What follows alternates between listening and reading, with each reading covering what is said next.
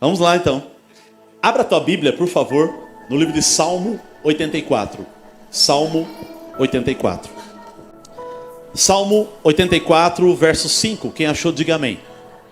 Diz assim o texto na minha tradução: Bem-aventurado o homem cuja força está em ti, em cujo coração se encontram os caminhos aplanados, o qual, passando pelo vale árido, faz dele um manancial. De bênçãos o cobre a primeira chuva. Vão indo de força em força. Cada um deles aparece diante de Deus em Sião. Amém. O Salmo 84, ele é escrito por um grupo de pessoas chamado Filhos de Asaf. Os filhos de Asaf escreveram entre 9 e 12 salmos dentro do livro de Salmo. Agora, quem são os filhos de os filhos de Corá, não os filhos de Asaf, os filhos de Corá. Quem são os filhos de Corá? Nós sabemos que a nação de Israel é formada por 12 tribos, ou melhor, 13 tribos. Só que o início foi com Abraão e Sara. Sara era estéril, o Senhor revigorou o corpo dos dois, nasceu Isaac. De Isaac e Rebeca vai nascer Jacó e Esaú. E de Jacó, o Senhor ama a Jacó, e de Jacó nasce 12 filhos. Um dos filhos de Jacó, chamado José, tem 2 filhos, Efraim e Manassés. Então se formam aí as 12 tribos de Israel. Mas se colocarmos os 2 filhos de José, se tornam-se 13 tribos de Israel. Essas 13 tribos de Israel se tornaram nação em pouco tempo. E depois de viver debaixo do azorrague de cordéis, do chicote de Faraó, agora esse povo já se tornou um grande povo. E Deus agora quer dar a eles uma terra e também leis. O acontecimento ocorre com a libertação através de Moisés. Mas só para você entender um pouco alguma coisa. Das 12 tribos de Israel, uma delas se chamava tribo de Levi. Levi teve 3 filhos: Gerson, Coate e Merari. Gerson formaram os gersonitas, Coate os coatitas e Merari os meraritas. Da linha de Coate, que eram os coatitas, veio Moisés e também esse homem chamado Corá. Corá desafia a liderança de Moisés, se levantando contra ele. Moisés lança um desafio de divisão: quem é com Corá vai com ele, quem é comigo fica aqui. Corá, o grupo de Corá se separa. Quando ocorre essa separação, diz a Bíblia que a terra se abre e Corá com a sua casa são engolidos vivos. Mas por que fala dos filhos de Corá? Então entendemos que os filhos de Corá não aceitaram a rebelião do próprio Corá. Daí a ideia do texto de que o Senhor diz que não tomarei por culpado o inocente, nem o inocente por culpado. Não cobrarei o pecado dos pais nos filhos, nem o pecado dos filhos nos pais. Então os filhos de Corá recuaram contra o levante contra Moisés. E Deus então mata Corá e todos aqueles que ficaram do lado dele e a sua casa, menos os seus filhos. Esses filhos de Corá, o Senhor os levantou como da tribo de Levi, da linhagem dos coatitas, e eles começaram a trabalhar no tabernáculo criado por Deus lá no Monte Sinai, depois de quase 1 ano ou 2 anos de caminhada lá no deserto. Depois de montarem o tabernáculo, os filhos de Corá, da tribo de Levi, eles vão agora trabalhar servindo no templo, no tabernáculo, de 2 formas. Primeiro, cuidando das portas do tabernáculo. E aí depois, futuramente, lá em Crônicas, eles vão receber um outro ofício nos dias de Davi, de cuidarem da musicalidade em volta da arca.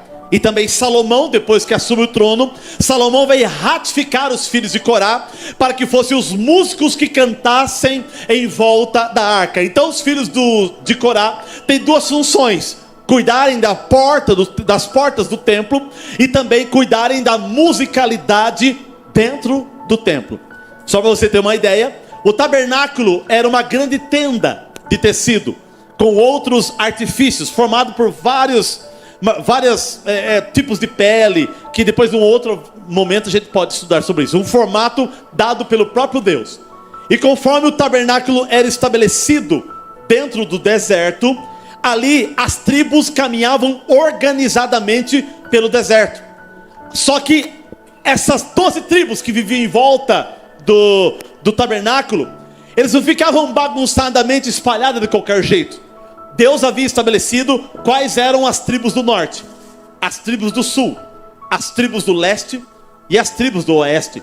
Só para ficar bem didático aquilo que eu estou dizendo para você, no norte do tabernáculo, na parte de cima do tabernáculo, Deus disse que era para ficar Naftali, Dan e Azer. Na região sul do tabernáculo deveria ficar mais 3 tribos: Simeão, Ruben e Gade. Na parte oeste do mapa, Manassés, Efraim e Benjamim. E na parte leste, que é o lado do Japão, terra do sol nascente, ficava Zebulon, Judá e Issacar. Conforme o sol nascia na região leste, o brilho dos raios solares penetravam dentro do tabernáculo, e parte do santo lugar tinha um clareamento sobre aquele lugar. O Santíssimo era totalmente escuro, só para você entender a ideia. Mas a tribo de Levi, eles não estavam nem no norte, nem no sul, nem no leste, nem no oeste.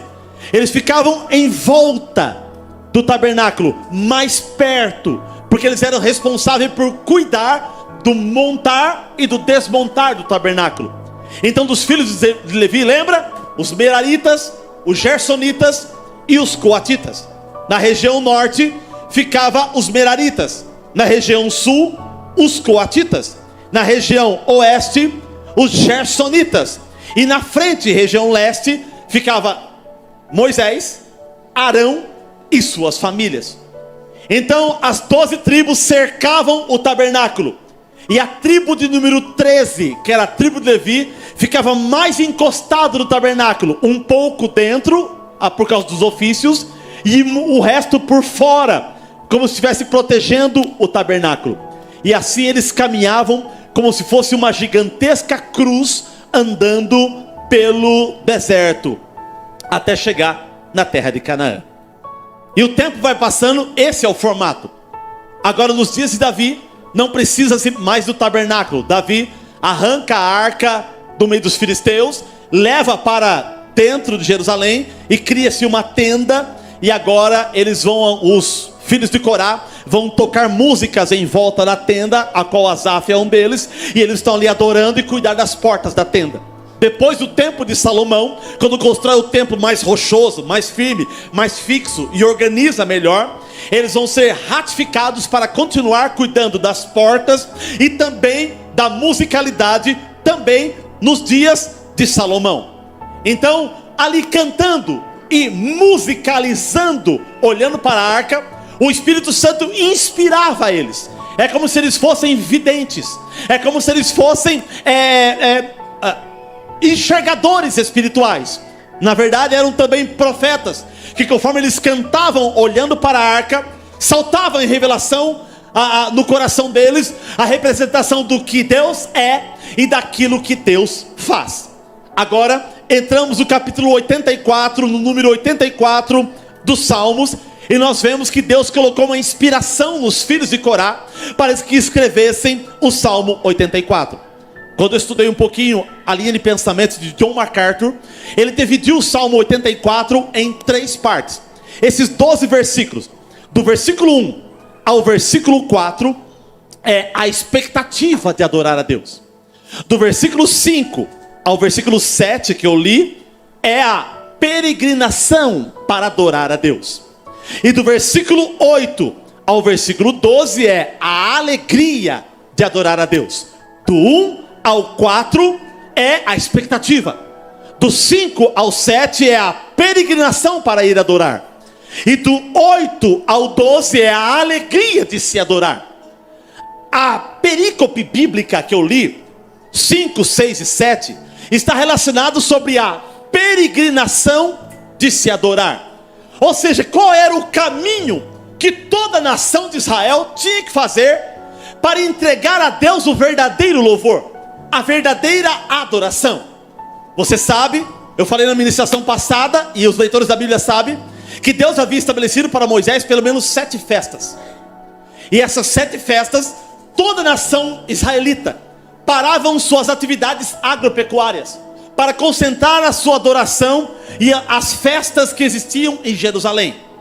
E dessas festas, eles deixavam suas plantações, deixavam seus animais, claro, cuidado com outros servos, e viajavam, um em distância perto, outro em distâncias longas, para chegar em Jerusalém e entregar a adoração. Por isso que o Salmo 84 é conhecido como um cântico de romagem, ou seja, um salmo de peregrinação. Por que cântico de romagem? Romagem vem de romaria, vem de trajeto percorrido. É o salmo da peregrinação, onde eles caminhavam distâncias para chegar em Jerusalém e lá adorar. Os filhos de Corá não precisam caminhar esse trajeto, porque eles vivem em volta do templo. Porém, eles conheciam os trajetos que as 12 tribos tinham que fazer para chegar em Jerusalém e entregar a adoração. Uns mais próximos e outros mais distantes. E conhecendo isso, o Senhor inspira o coração deles a escrever o Salmo 84 para documentar a inspiração desse povo de sair das suas terras próximas ou de longe para chegar até em Jerusalém e entregar a verdadeira adoração. E quando nós entramos no versículo 5, 6 e 7, a ideia é os peregrinadores, sai em nome de Jesus, aqueles que participam dessa romaria, aqueles que param suas atividades nas regiões norte, sul, leste, oeste, para que pudesse levantar acampamento e viajar até Jerusalém. Existia todo um trajeto a ser feito. Então o tema da minha mensagem hoje à noite é: o que é ser um bem-aventurado? Porque o versículo 5, parte A, vai dizer assim: bem-aventurado o homem cuja... Dois pontos da minha colocação. Ou seja, a palavra bem-aventurado significa alegria do céu no coração do homem ou da mulher. Bem-aventurado significa felicidade de Deus colocado no coração do homem.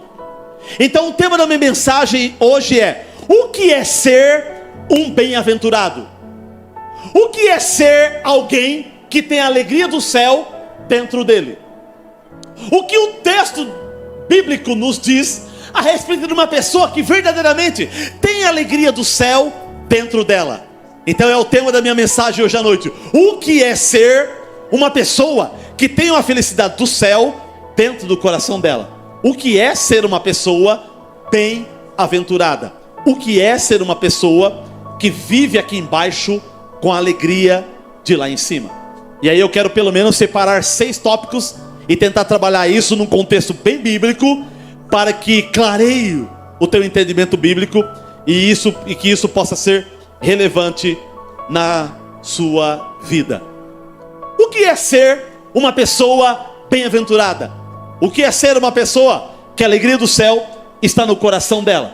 Primeira resposta desta pergunta, que é tema da nossa ministração: o que é ser bem-aventurado? Vou ratificar muito isso. Ser bem-aventurado é ter a consciência de que a minha força vem de Deus. Eu repito isso bem devagar. Ser um bem-aventurado é ter a consciência de que a sua força vem de Deus. Note o versículo 5, parte A: bem-aventurado o homem cuja força está em ti. Ou seja, uma pessoa que tem a felicidade do céu no coração dela, ela sabe que a força da sua existência não é de si próprio, mas é de Deus. Talvez você sabe isso de informação, mas nós precisamos saber isso de encarnação, de imputação, de incrementação. Isso precisa ser uma realidade nas nossas emoções e nas nossas sensações. A pessoa que realmente tem a felicidade do céu no coração dela, ela tem uma plena convicção de que a existência e o sustento da sua vida e o empenho da sua força vem de um Deus Todo-Poderoso que fez os céus e a terra. Aleluia. Lamentações 3, 22 e 23 vai dizer assim: as misericórdias do Senhor são a causa de nos sermos consumidos, se renovam a cada manhã. Olha o que Jeremias vai dizer em Lamentações: que as misericórdias se renovam a cada manhã. O que é misericórdia? É a minha miséria tocar a cardia de Deus, é a minha miséria tocar o coração de Deus, e Deus não permitir o mal que eu mereço atingir a minha vida. Então quando eu acordo de manhã, abro os olhos, 5 horas da manhã, 4 horas da manhã, 6 horas da manhã, 8 da manhã, se for minha filha Bia, 11h30 da manhã, então você abriu o olho. Calma, gente, ela dorme tarde. Abriu o olho, a misericórdia se renova. Mais um dia. Então quando você abre o olho e fala: opa, fui digno de viver esse domingo. Por que isso?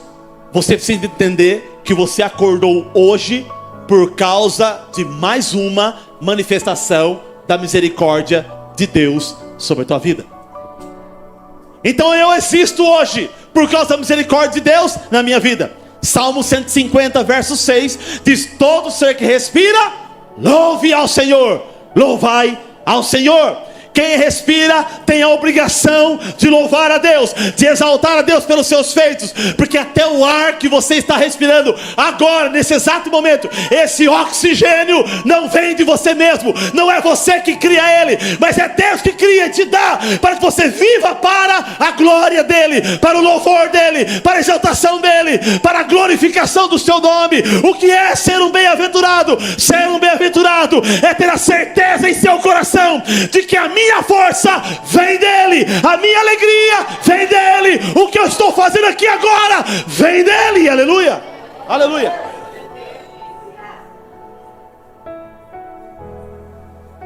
E como eu devo ficar falando as coisas de mim mesmo? Isso está documentado no versículo 5, parte A. Bem-aventurado o homem cuja força está em ti. Os peregrinadores para chegar em Jerusalém, que vinham de lugares longe, pessoas de idade, senhores, senhoras, eles precisariam ter força para caminhar quilômetros até chegar em Jerusalém. 200 quilômetros, 300 quilômetros, 500 quilômetros, até chegar na cidade de Jerusalém. Pessoas que têm que fazer os seus percursos, às vezes com camelos, com ovelhas, às vezes com bois, às vezes com jegue, com burros, às vezes com tipos de animais em charrete, ou muitos faziam a pé esses trajetos, caminhando de pouco em pouco, para, dorme, levanta outro dia, caminha, para e dorme, levanta outro dia, caminha, para e dorme, até chegar em Jerusalém. E eles sabiam então que se Deus desejava que a festa fosse em Jerusalém, então Deus daria condições de força para que eles pudessem chegar em Jerusalém. Se Deus te quer em alguma situação, Deus é responsável por te fortalecer para chegar até nessa situação. Se Deus te quer em um lugar, Deus é responsável de te dar as ferramentas para que você chegue em algum lugar. Então, felicidade no céu está no coração do homem e da mulher que entende dentro de si que a vida dele, a força dele está em Deus. Até a força do ímpio está em Deus, é que ele não sabe disso. Não entende, não compreende. O Deus desse século cegou o entendimento de todos, para que não compreenda isso. Então você está agora aqui me vendo, me ouvindo, me enxergando. Você está aqui agora apalpando isso que você está palpando. Tudo isso é por causa do Senhor na tua vida, porque Ele te criou, Ele te desejou, Ele te amou. Jeremias capítulo 1, versículo 4, a Jeremias, pois, veio a palavra do Senhor dizendo: antes que eu te formasse no ventre materno, eu te conheci, e antes que saísse da madre, eu te consagrei profeta das nações. Foi Deus que desejou Jeremias, foi Deus que amou Jeremias. A existência de Jeremias não era um acidente sexual, uma coabitação do seu pai, ou um planejamento familiar, não, mas a existência de Jeremias, primeiro, nasceu no coração de Deus, depois de alguma família da terra, onde a pessoa vê a existência. Eu não sei como você veio nessa terra, eu não sei qual foi o contexto familiar que você veio, eu não sei o porquê da tua existência. Se você veio numa família pobre, rica, uma família abençoada, uma família amaldiçoada, numa família estranha, se você veio capotadamente, se alguém te abandonou, não interessa. O que interessa é que você está aqui hoje, porque Deus desejou a sua existência, e Deus está alegre pela tua existência. Louvado seja Deus. Então o que é ser bem-aventurado? Primeira resposta é ter a consciência de que a minha força vem dele. Segunda resposta, parte B do versículo 5. Vamos ver todo ele. Bem-aventurado o homem cuja força está em ti, vírgula, em cujo coração se encontram caminhos aplanados. Na minha tradução, aquele que tem a felicidade do céu dentro do coração dele, dentro dele, o coração dele é aplanado. O caminho dele pode ser de altos e baixos, mas o coração é aplanado. Ele pode viver dias felizes e dias tristes, tudo bem, mas o coração dele é aplanado no Senhor. Então aquele que tem a felicidade do céu dentro dele, o coração dele é constante, é intacto, o coração dele é planificado, o coração dele é aplanado, para que ele sirva o Senhor do mesmo jeito, nos tempos bons e nos tempos ruins, nos tempos de sol, nos tempos de chuva, durante o dia, durante a noite. O coração dele para com Deus é o mesmo coração de sempre. Talvez você entrou aqui hoje e você está passando por muitas situações, e você às vezes se questiona: pastor, a minha vida é cheia de altos e baixos. Cuida do seu coração e mantém ele aplanado, porque você vai ver a felicidade do céu envolver o teu coração de tal forma que você vai perceber que a felicidade do céu está dentro de você, por causa da constância da tua conduta de vida em direção ao Senhor. Entende? Tiago capítulo 1, verso do 5 ao 8 vai dizer assim: se algum de vós necessita de sabedoria, peça a Deus, que a todos dá liberalmente, nada lhe impropera, ser-lhe-á concedida. Peça, porém, com fé, não duvidando, porque o homem que duvida é semelhante a uma onda agitada pelo vento no mar. Não suponha esse homem que alcançará do Senhor alguma coisa. Homem de ânimo dobre, inconstante em todos os seus caminhos. Na minha aplicação, homem bipolar. Pessoas que, uma hora desesperada, vou pegar o diabo pelo chifre. Outra hora, não consigo nem com o demônio menor. E aí você fica nessas oscilações. Não. Aquele que tem a felicidade do céu dentro dele, ele tem um coração aplanado. Por que ele precisa ter o coração aplanado? Para que durante a caminhada, da onde ele vive até a adoração, nada possa bloquear o lugar que ele precisa chegar. Então os filhos de Corá, escrevendo isso, tinham a inspiração de que aqueles que vinham de longe, caminhando nas suas romarias, até chegar nas regiões de Jerusalém, para entrar na cidade e entregar a adoração, nós sabemos que depois de um dia de caminhada, vinha aquela dor e distensão, e vinha dor no músculo, e vinha todo tipo de problemas físicos, o sol forte, a chuva, o perigo de assaltantes, o perigo de animais, que poderiam devorar leões, outras coisas no meio do caminho. Então eles tinham todo esse cuidado, e talvez durante a caminhada, talvez havia um abatimento, uma tristeza, um arrependimento. Eu deveria ter ficado em casa, acho que hoje não era dia de eu vir, acho que eu podia deixar essa festa para o ano que vem, esse ano eu não precisava ir. Então durante esses tipos de sentimentos, pode ocorrer durante a trajetória, da onde você está até o lugar onde você precisa adorar. E os filhos de Corá sabiam disso. Então eles diziam no Salmo 5, no Salmo 84, 5: feliz é o homem cuja força está em ti, cujo coração é aplanado. Ou seja, independente das intempéries do tempo que oscilam nessa trajetória até chegar em Jerusalém, o coração deles está firme, olhando para o Senhor, focado no Senhor, desejoso da sua presença, desejoso por vê-lo, querendo entrar no átrio, querendo entrar no santo, e o desejo do Santíssimo. Então o caminho aplanado, um coração aplanado, é um coração que foca no Senhor, independente das tempestades que tocam a sua vida. Lembra quando Jesus está andando por cima das águas, a uns 600 estádios longe dos discípulos, e eles estão ali na força do vento contrário, as ondas batendo, o barco talvez pronto para afundar, e daqui a pouco Jesus vem por cima das águas com seu roupão branco, 4 horas da manhã, e eles gritam: é um fantasma. E Jesus rapidamente se identifica: não é o fantasma, sou eu, não tenho medo. E Pedro diz: se és tu, manda-me ter contigo. E fala: vem, Pedro. E Pedro desce do barco e começa a andar por cima das águas. Mas porém a Bíblia diz: tendo porém reparado na força do vento. Um coração aplanado não repara na força do vento. Um coração aplanado foca no Senhor e vai caminhando por cima das águas. Quando ele repara na força do vento, ele começa a afundar. Jesus corre: Pedro, homem de pequena fé, porque duvidaste? Que cruza o olho em mim. Senhor. Aí a água começou a levantar. Senhor. Aí nivelou. Pronto, vamos embora, vamos pro barco. Olha para mim. Fica olhar para mim. E Pedro ficou assim, olhando para Jesus. Um coração aplanado nunca desfoca do Senhor. E um coração que nunca desfoca do Senhor é um coração que nunca desanima. Toda vez que vier um desânimo no seu coração, preste atenção. Será que você não está perdendo o foco do Senhor? Será que você não está olhando para o ser humano? Será que você não está olhando para a religião? Será que você não está olhando para a estrutura? Será que você não está olhando a vida do outro? Será que você não está olhando coisas que você não deve olhar? Um coração que olha para onde não se deve olhar é um coração fadado ao fracasso.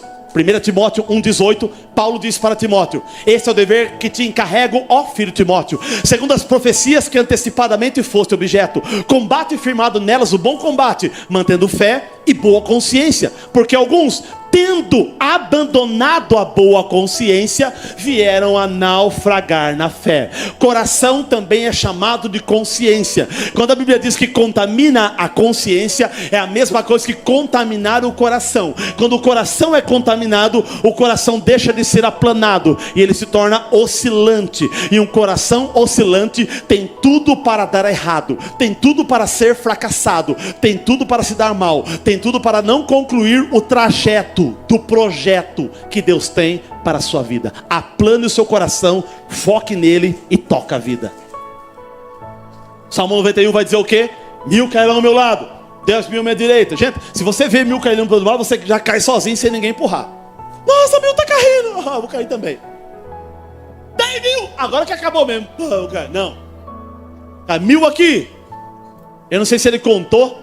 Acho que o globo ocular estava olhando reto para o Senhor. E esse canto aqui que a gente vê os vultos, 1, 2, 3, 4, 5, 6, 1000, 10.000. Mas eu não. Eu estou com o caminho aplanado no Senhor. Felicidade do céu está no coração do homem que tem o seu coração aplanado. Foque só em Deus. Mateus capítulo 5, verso 1 ou 2, se não me falha a memória, vai dizer: bem-aventurados os pobres de espírito, porque deles é o reino dos céus. O que é pobreza de espírito? Não é a pessoa pobre sem dinheiro, não tem nada a ver com isso.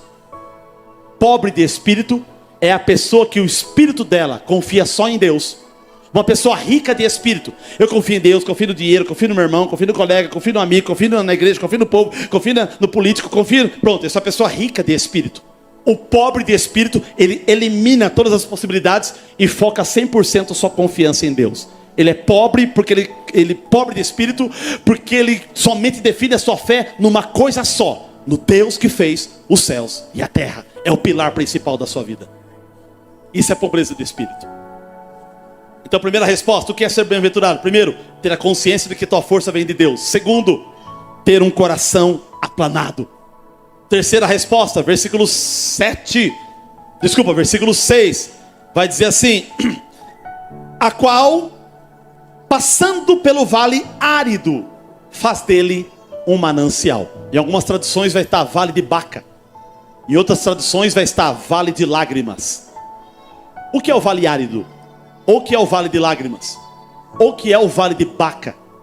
Olha que coisa interessante. Os viajantes e os peregrinos, quando saíam de suas cidades, lá da ponta norte, ou da ponta sul, ou da ponta leste, ou da ponta oeste, quando eles chegavam perto de Jerusalém, tinha a última pousada, o último pouso. E o último pouso era feito no vale de Baca, ou no vale árido, ou no vale de lágrimas, que é a mesma coisa. É um vale seco, que não tem vida, que não há plantas, que não tem nem água. Eles chegavam no vale cansados, exaustos, falam: vamos dormir aqui mais uma noite, porque amanhã chegaremos em Jerusalém. Então eles armavam seus acampamentos no vale de Baca, eles armavam seus acampamentos no vale árido, eles armavam seus acampamentos no vale de lágrimas. É um vale de lágrimas, ficar na tristeza do lugar. Você olha para o lugar e fala: meu Deus, que lugar feio, que lugar terrível, que lugar triste.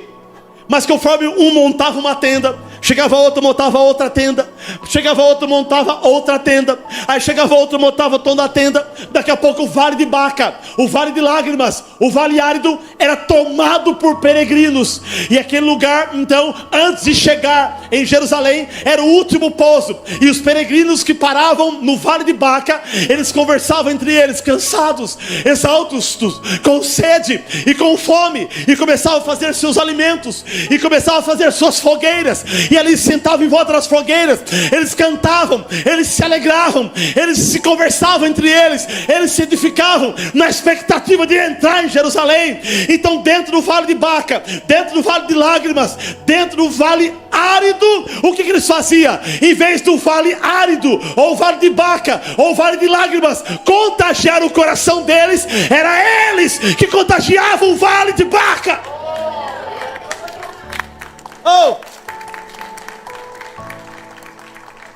Terceira resposta: um homem que tem a alegria de Deus dentro dele, ele não é contagiado pelas coisas desse mundo, mas ele contagia o mundo. Romanos 12:1: rogo-vos, pois, irmãos, pelas misericórdias de Deus, que apresenteis o vosso corpo por sacrifício vivo, santo e agradável a Deus, que é o culto racional. E não vos conformeis com este mundo ou com este século, mas transforme o mundo pela renovação do vosso entendimento, pelo caminho aplanado no seu coração. Então quando eles chegavam no vale, aquele vale triste, aquele vale feio, aquele vale sem vida, um chegava, o outro chegava, o outro chegava. Gente, então vamos fazer uma festa nesse vale que é muito feio. Daqui a pouco o vale de Baca era um vale de festa, era um vale de alegria, era um vale de graça. Eu quero profetizar que nos teus vales, a tristeza do vale não vai entrar no seu coração, mas a alegria do teu coração vai contagiar esse vale em nome de Jesus.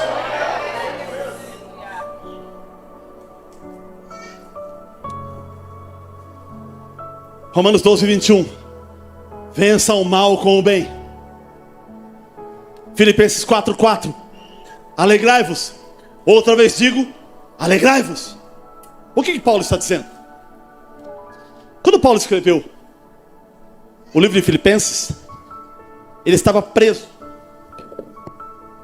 na masmorra de Roma.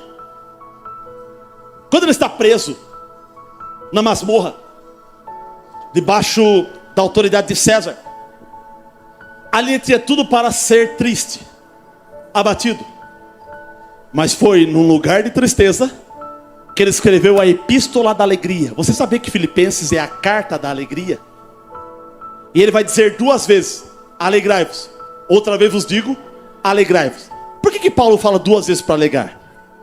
Porque falar 2 vezes mostra a urgência da coisa. Pastor, onde está isso? Existe uma regra na hermenêutica bíblica, na arte de interpretar a Bíblia, e é uma regra muito verdadeira, quem estudou teologia aqui sabe, que quando você quer descobrir o sentimento de um assunto, você descobre aonde que primeira vez está escrito na Bíblia. Então, por que duas vezes é algo de urgência? Porque a primeira vez que aparece duas vezes a imposição de algumas coisas é no livro de Gênesis. E quando aparece duas vezes, o sentimento é de urgência. Lembra quando o faraó tem um sonho? 7 vacas magras e 7 vacas gordas, e as 7 vacas magras engolem as gordas. 7 espigas magras e 7 espigas gordas, e as 7 espigas magras engole as 7 espigas gordas. O faraó fica louco porque ele quer entender o sonho e não compreende. Daqui a pouco o copeiro se lembra de José e entroniza José diante de faraó. E faraó conta o sonho. E o que José vai fazer? Interpretar com a unção de Deus. E ele vai dizer: ó faraó, grande faraó, o sonho é um só. As 7 espigas magras e as 7 vacas magras é uma coisa só. As 7 espigas gordas e as 7 vacas gordas é uma coisa só. E Deus mostrou duas vezes para você, porque Ele tem urgência. Entende? Está aí o X da interpretação do texto. Por que Deus mostrou duas vezes para faraó? Porque Deus tinha pressa que faraó acordasse para toda a raça humana não ser destruída. Daí então, você vai ver na Bíblia todos os textos que é ratificada a coisa duas vezes. Lembra de Jesus em Mateus?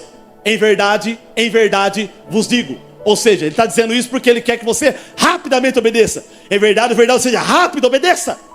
Então quando Paulo está dizendo, alegrai-vos, outra vez vos digo, alegrai-vos, Paulo está dizendo, rapidamente, você precisa se alegrar. Senão essa tristeza vai acabar com você. Se alegre, vai, levanta, rápido, se alegre. É uma urgência de se alegrar. É uma urgência de absorver aquela alegria. Por isso que Paulo vai dizer duas vezes que devia se alegrar, para não deixar a tristeza tomar conta do coração. Então quando ele chega no vale de Baca, no vale de lágrimas, ou no vale árido, ou em outras traduções, vale dos Refaíns, que era o vale onde os filisteus lutavam muito contra os israelitas. Então no vale de muito choro, muita gente morria no vale de Baca, porque eles eram um lugar de batalhas, de guerras. Então nesse lugar eles precisam se alegrar, para não deixar as más lembranças, para não deixar a tristeza do ambiente, para não deixar a feiura do lugar abater no coração deles. Então eles se juntam, armam as tendas, porque é um lugar seguro, e ali eles se alegram dentro do vale de Baca. Agora, o que é ser um bem-aventurado? Ser um bem-aventurado é não deixar a tristeza do mundo contagiar o seu coração, mas a alegria do seu coração que vem do céu contagiar o mundo.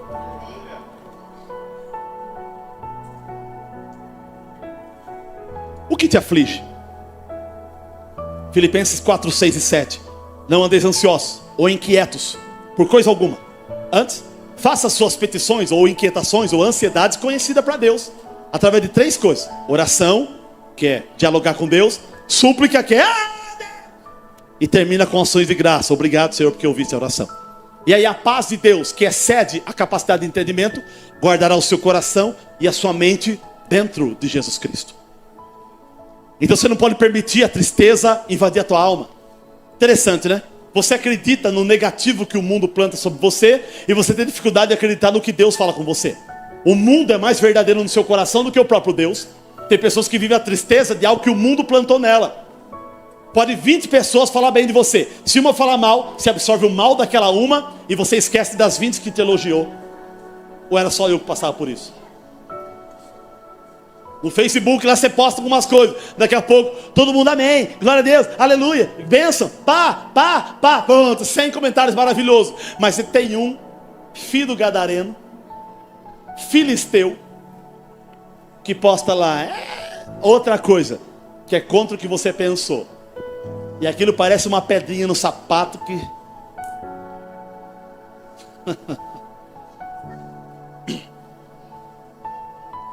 Então, quem tem felicidade do céu dentro dele, contagia o lugar com alegria. Você precisa ser um contagiador de lugar de alegria. Se você quer ter a alegria do céu no seu coração, você precisa contagiar o ambiente positivamente e não negativamente. Quarta resposta: o que é ser um bem-aventurado? Versículo 6, parte B, vai dizer assim: faz dele um manancial, ponto e vírgula, de bênção o cobre a primeiras chuvas. O que é isso? De bênção cobre as primeiras chuvas. Irmãos, de quem pertence a chuva? Conforme Mateus 5, 42, 46 e diante, o Senhor vai falar que dele é o sol, dele é a chuva. Ele faz vir a sua chuva sobre maus e bons, e nascer o sol sobre justos e injustos. É dele a chuva. Então, se a Bíblia vai dizer que naquele vale o Senhor libera a primeira chuva, que chuva é essa? É a chuva de outono.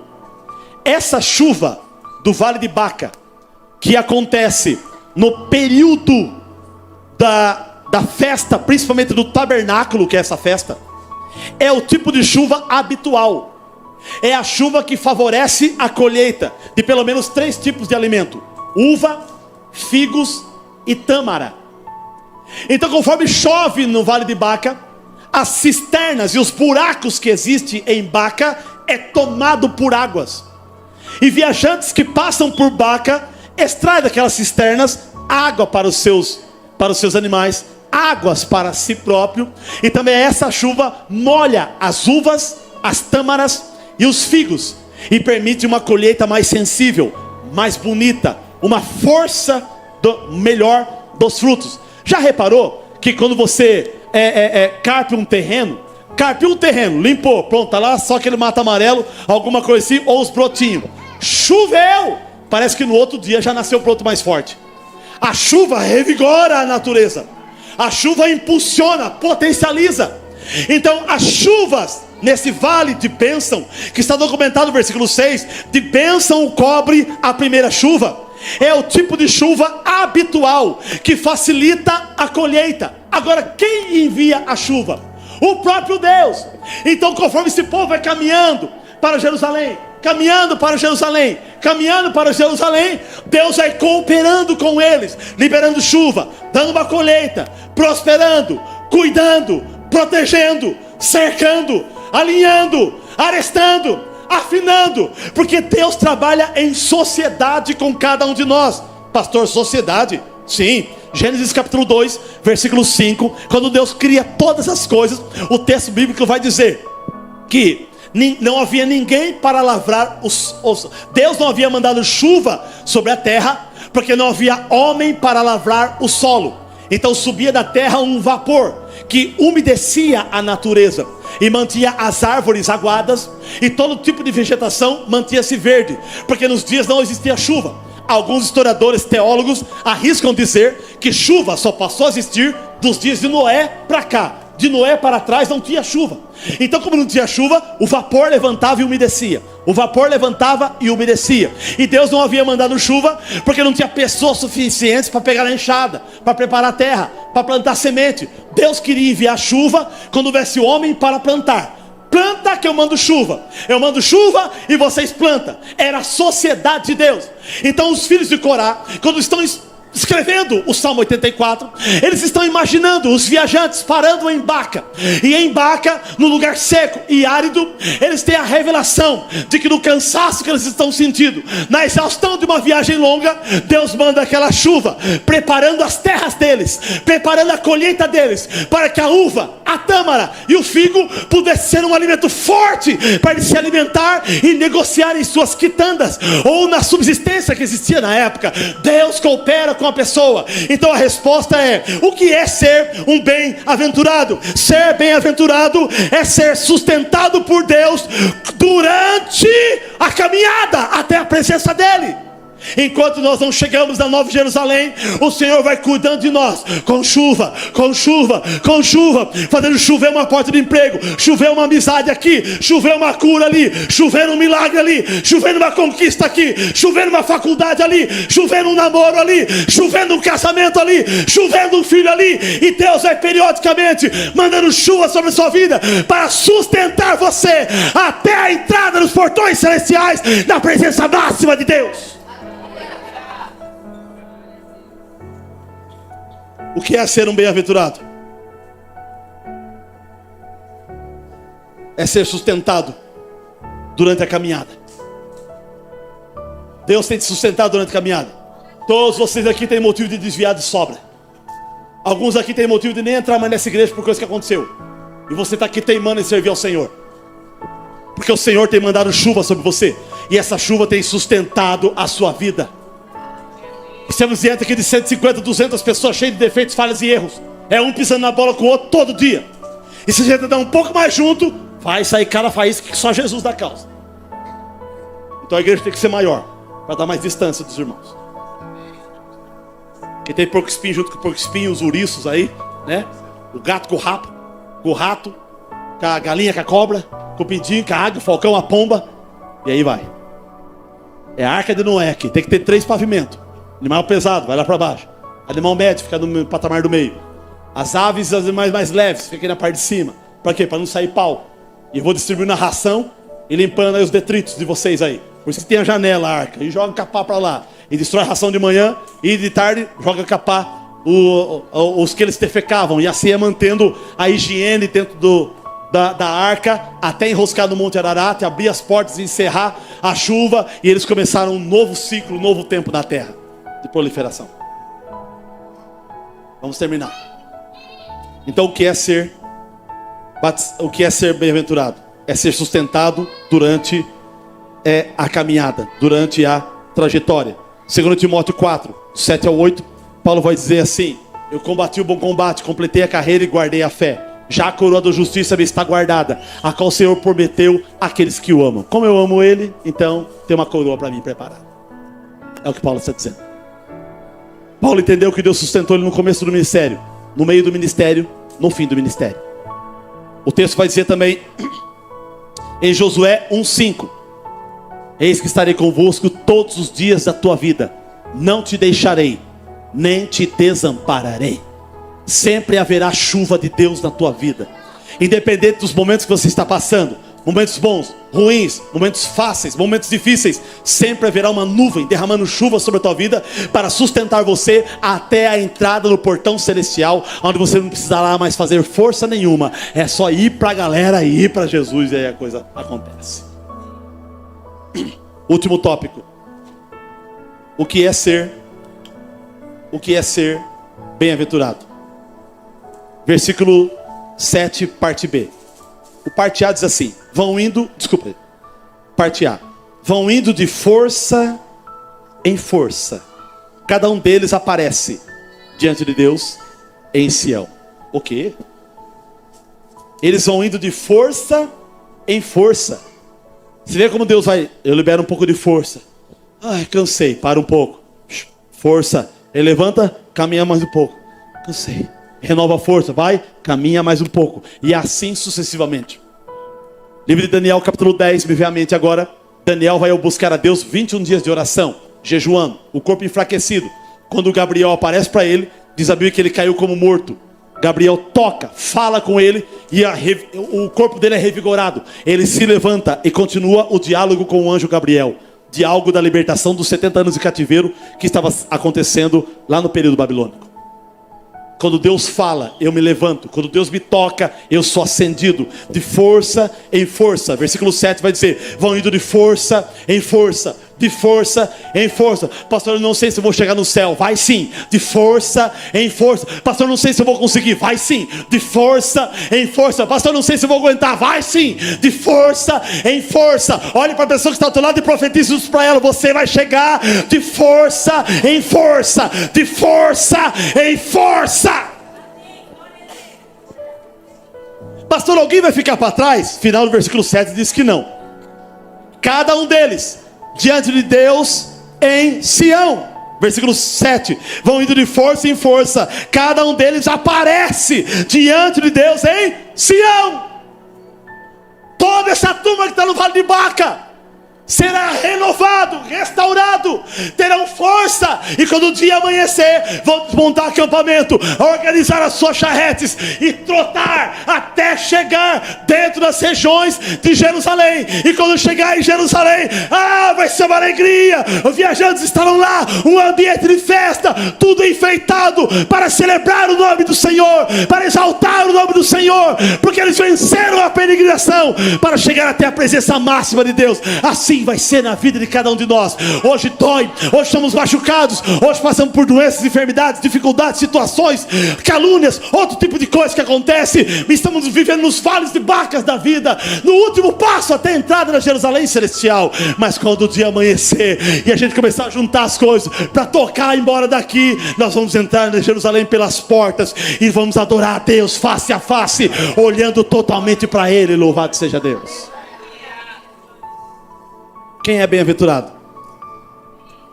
Bem-aventurado é aqueles que é sustentado durante a caminhada. E o sexto tópico: todos chegaremos lá. Não vai ficar ninguém para trás. A onça vai chegar na sua... A pantera vai chegar rápido. Mas atrás vem a lesma, batendo papo com a tartaruga, junto com a formiga, que anda rápido, mas pelo tamanho dela parece lento. E vão chegar.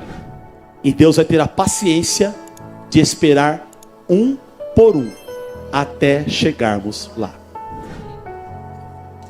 Agora, o que sustenta toda essa peregrinação é a expectativa de entrar em Jerusalém e adorar esse Deus poderoso.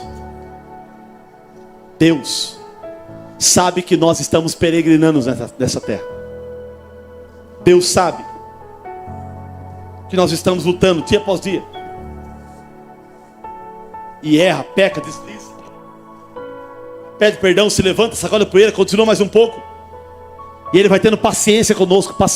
Mateus 11:28. Vinde a mim, todos que estão cansados e sobrecarregados, e eu vos aliviarei.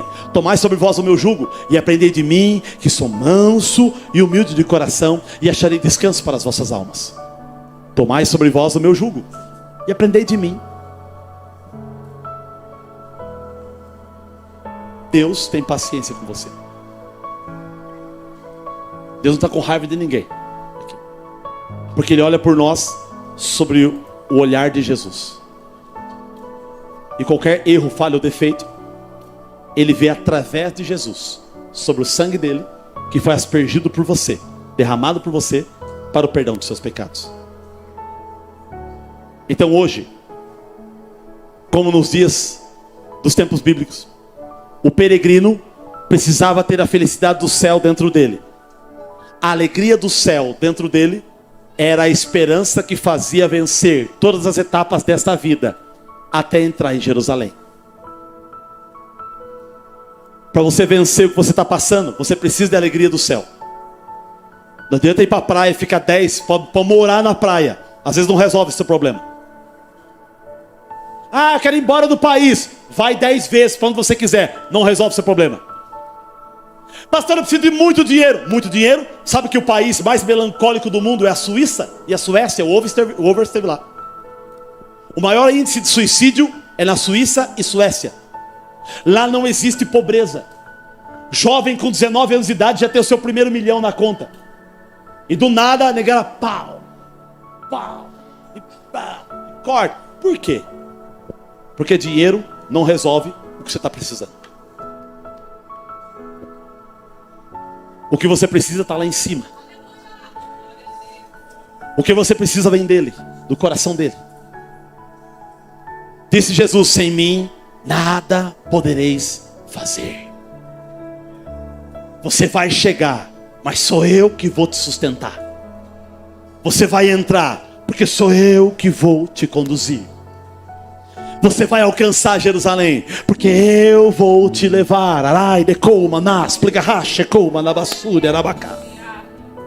Na tua fraqueza, a gente vai entrar mancando. Os mendigos vão entrar, os coxos vão entrar arrastando. E a hora que passar pela porta, vai ser acertado e vai estar alinhado. Todas as imperfeições serão corrigidas, e diante dele seremos perfeitos, seremos íntegros, seremos retos, seremos planos. A alegria do céu enche o nosso coração, e é o que nos fortalece para continuar a caminhada de vida cristã. Não são as promessas programações dessa igreja que vai te sustentar é a alegria do céu, não é escola bíblica, curso teológico, não são os montes, não são as orações aqui dentro ou lá fora, mas é o poder do céu que pode vir através disso.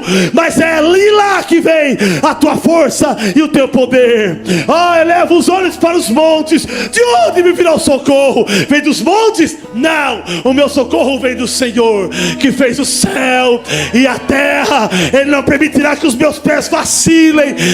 Ele não pisca. Ele vai me guardando, me cuidando de mim. Assim é Deus na tua vida. O Senhor te guarda, te guia, te protege. Aí você deve viver nos vales de Baca da vida. Ele te sustenta, Ele te fortalece, Ele cuida de ti. Rico ou pobre, classe média, classe alta, doente ou sarado, o Senhor está te empurrando para dentro de Jerusalém, para dentro de Jerusalém, para dentro de Jerusalém. E quando você entrar lá dentro, você já sabe. Você já sabe. Você já sabe. Você já sabe o que você vai fazer lá dentro. Quando você chegar em Jerusalém, Salmo 122. Alegrei-me quando me disseram: vamos à casa do Senhor. Pararam os nossos pés junto às tuas portas, ó Jerusalém.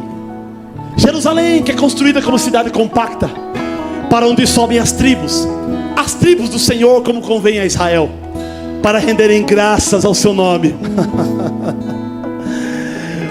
Haja paz dentro dos teus muros. Por amor de ti, buscarei o teu bem. O Senhor está nos preparando. Você não pode desanimar agora. Você não pode parar no Vale de Baca. No Vale de Baca tem uma chuva especial que vai te revigorar até a entrada. Os últimos dias que nós estamos vivendo é os últimos dias do Vale de Baca.